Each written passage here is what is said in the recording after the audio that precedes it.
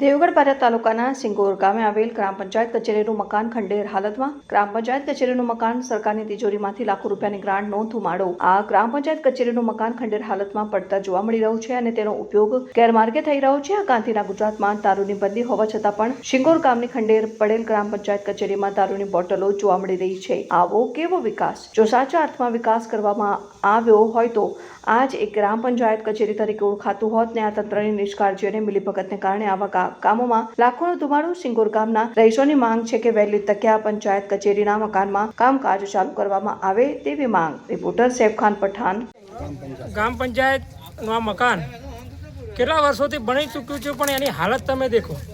આ હાલત આ દરવાજા બારી બધું તૂટેલ ફૂટેલ છે. આની અંદર બિયર બાટલીના બધા કાચ ને આ બધું અંદર પડ્યું છે. આજ દી સુધી કોઈ અધિકારી આમાં આવીને બેઠો નથી. તો આટલું બધું ગામમાં ભ્રષ્ટાચાર, જે પૈસા જે ઉપયોગ થયો છે એ ગામનો પૈસાનો ઉપયોગ થયેલો છે. આ લોકો કોઈ અધિકારી બી નહીં આવતા કે અહીંયા કઈ રીતનો પ્રોબ્લેમ થયો છે, શું છે. હવે અમારી માંગ એવી છે કે આ ગ્રામ પંચાયત આ જે સોરો છે ચાલુ કરાવે, તો પછી આને તોડી નાખે તો સારું. બે મુદ્દાની એક વાત. એટલે હવે સરકારશ્રીને મારું એમ કહેવું છે કે ગામમાં જેટલો બી ભ્રષ્ટાચાર થયો છે એ આમ થોડું સિરિયસલી ચેક કરાવો તો મોટા પાયે ભ્રષ્ટાચાર નીકળી શકે અને કોઈ નાના માણસને બી લાભ પહોંચી શકે. આ પંચાયતમાં કોઈ આવતું જ નથી. આ પંચાયતમાં કોઈ આવતું જ નથી.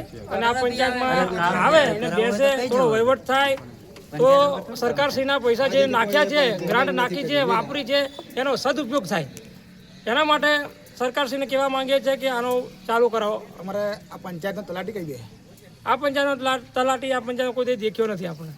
એટલે આપણે આ વસ્તુ ખબર નથી.